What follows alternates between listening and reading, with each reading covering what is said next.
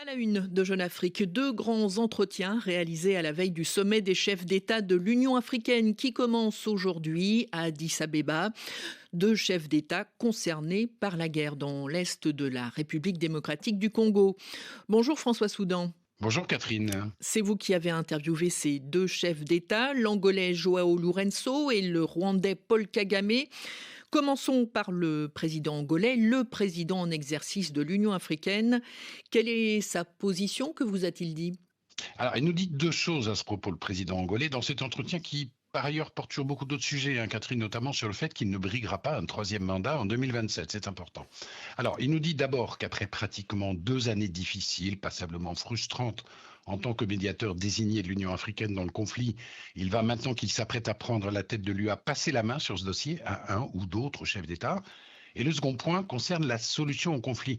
Jean Lourenço n'en voit pas d'autre que le triptyque retrait des troupes rwandaises, neutralisation des milices FDLR, négociation directe entre le gouvernement congolais et les rebelles du M23. Mais c'est ce dernier aspect qui est particulièrement sensible, comme on le sait. Le président Lourenço demande à Félix Tshisekedi de s'inspirer de l'exemple de l'Angola. Nous avons, dit-il, connu une longue guerre civile et pour y mettre fin, nous avons parlé, nous avons négocié avec toutes les parties prenantes. On a négocié avec les forces sud-africaines du régime de l'apartheid qui étaient présentes sur notre territoire et on a négocié avec ce qui était un petit peu l'équivalent du M23, ce qui était un peu, c'est-à-dire l'UNITA de Jonas Savimbi, soutenu par l'Afrique du Sud. Pour résoudre un conflit opposant les fils d'un même pays, dit-il, il n'y a pas d'autre solution que de se parler. Voilà donc pour le président en exercice de l'Union africaine.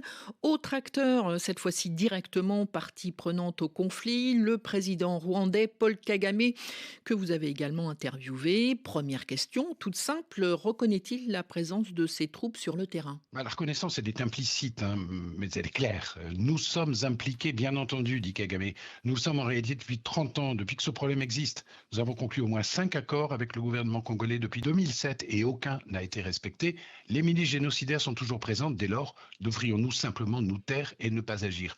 Reconnaissance aussi, Catherine, cette fois-ci explicite, du soutien au M23.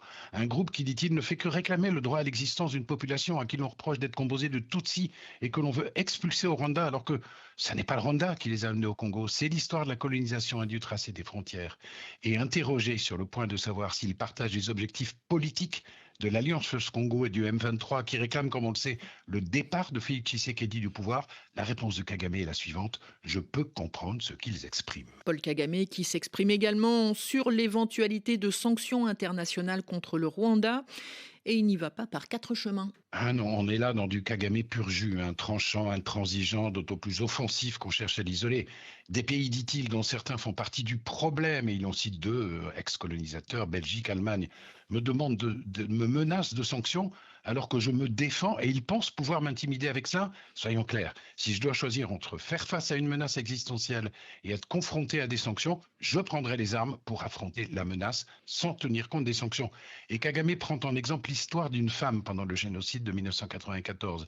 Avant qu'il ne la tue, raconte-t-il, ses bourreaux l'ont sommé de choisir la façon dont elle allait mourir. Sa réponse a été de leur cracher au visage. Alors, on le voit, Catherine, leur n'est pas encore, et c'est un euphémisme au dialogue. Encore moins une rencontre Kagame-Tshisekedi, une rencontre dont le président rwandais dit d'ailleurs ne pas percevoir l'intérêt, si elle se résume, dit-il, à serrer des mains et à faire le spectacle devant les caméras. Merci François Soudan. Ces interviews de Paul Kagame et Joao Lourenço sont à retrouver sur jeuneafrique.com.